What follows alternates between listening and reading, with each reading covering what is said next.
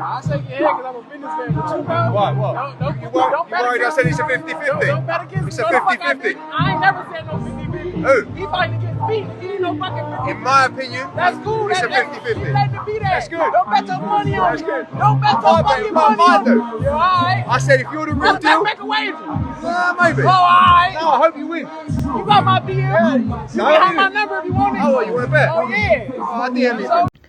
Dugout News YouTube channel is what you're watching. Welcome aboard, guys. I got some new news for you concerning Gerald Anderson, Big Baby Anderson, and Eddie Hearn, the Matchroom CEO.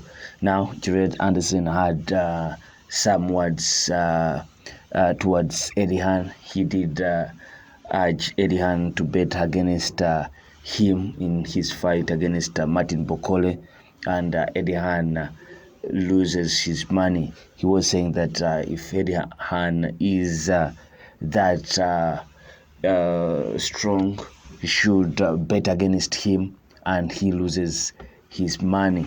Now, they were in Santa Monica at the Cliff and at the Caliph, and Gerald Anderson is at a point in his career where he can't afford to lose or miss a trick.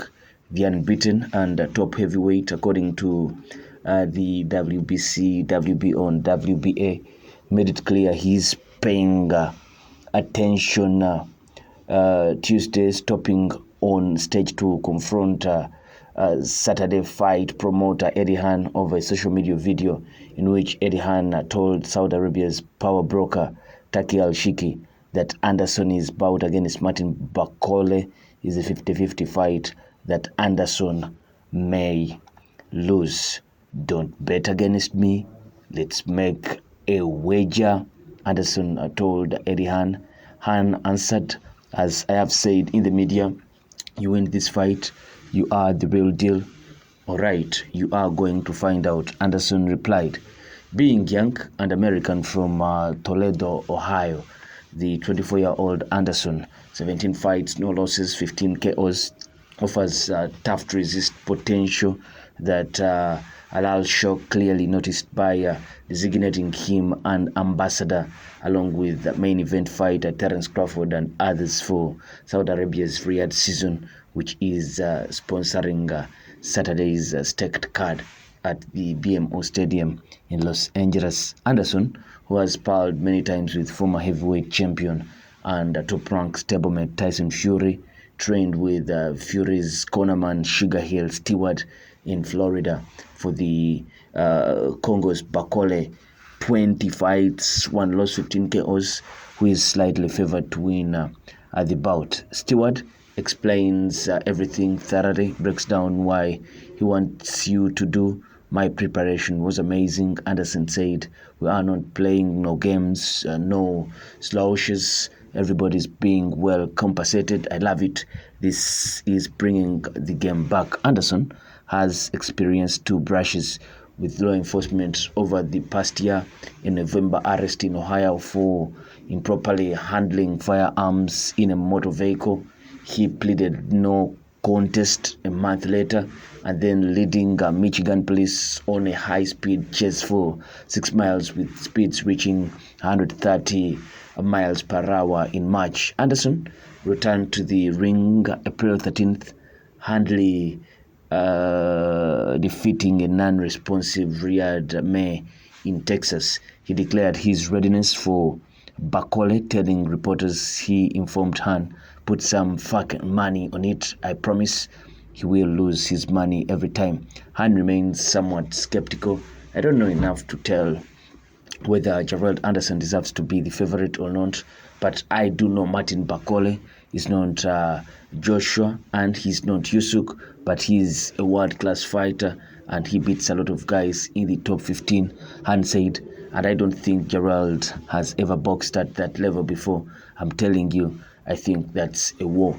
Anderson considered he respects Bokole. It's a fight, man. You've got to show up like everyone else. Anderson was vague about who he wants to fight in victory, as he observes a heavyweight landscape that includes Daniel Dubois, the IBF title defense as he observes the landscape at the heavyweight. There is that Daniel Diba heavyweight clash with Anthony Joshua in London on September 21st.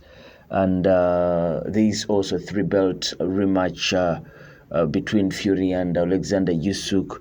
So he should be looking, if he gets the win, he should be looking in that direction, or maybe fighting one of the guys in there in the top rankings in the heavyweight division on the various sanctioning bodies. So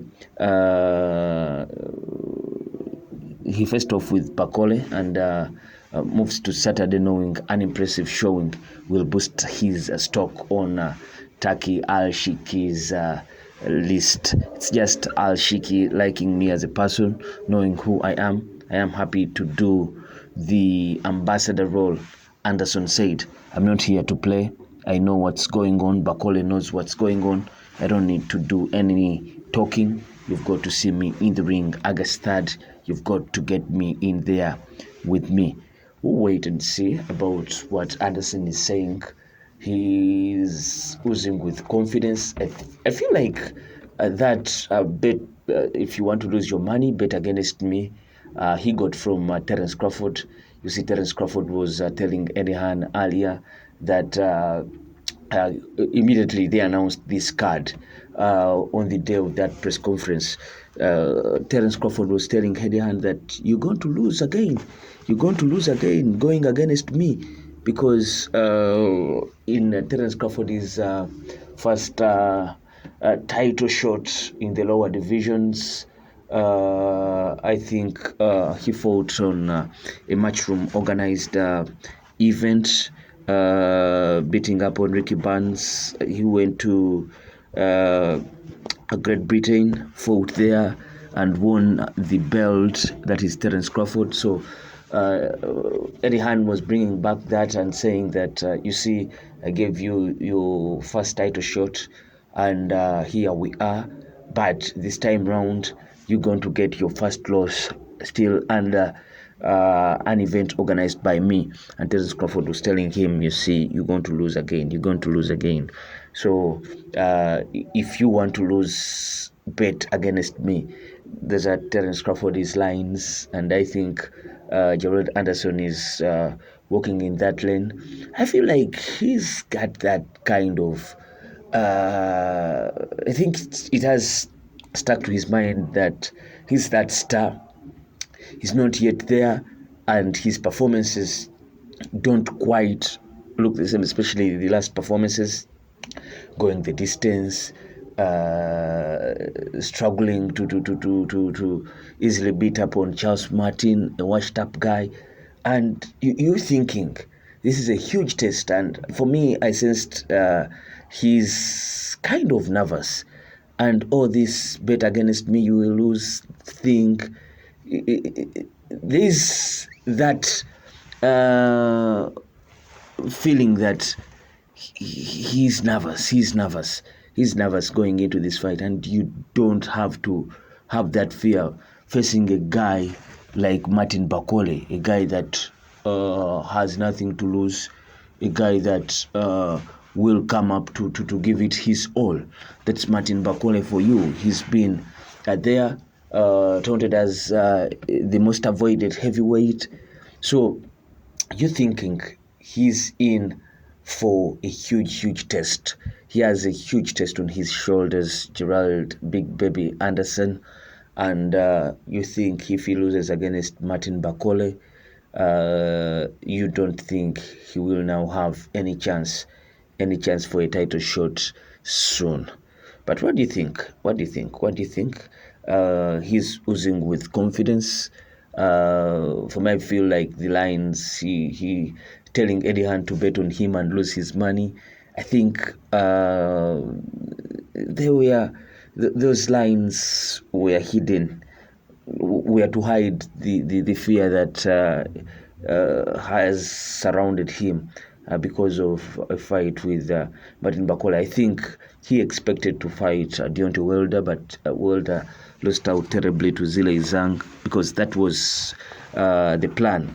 Taki Al-Shiki, they had planned that if Wilder wins, then maybe he will be up against Gerald Anderson, but it wasn't to be, and they had to look for another opponent, and that's how they came up with Martin Bakole, and so it's a fight that we will be seeing come Saturday, 3rd August. What do you think? Place your comment in the comment section below. I sign out. Peace.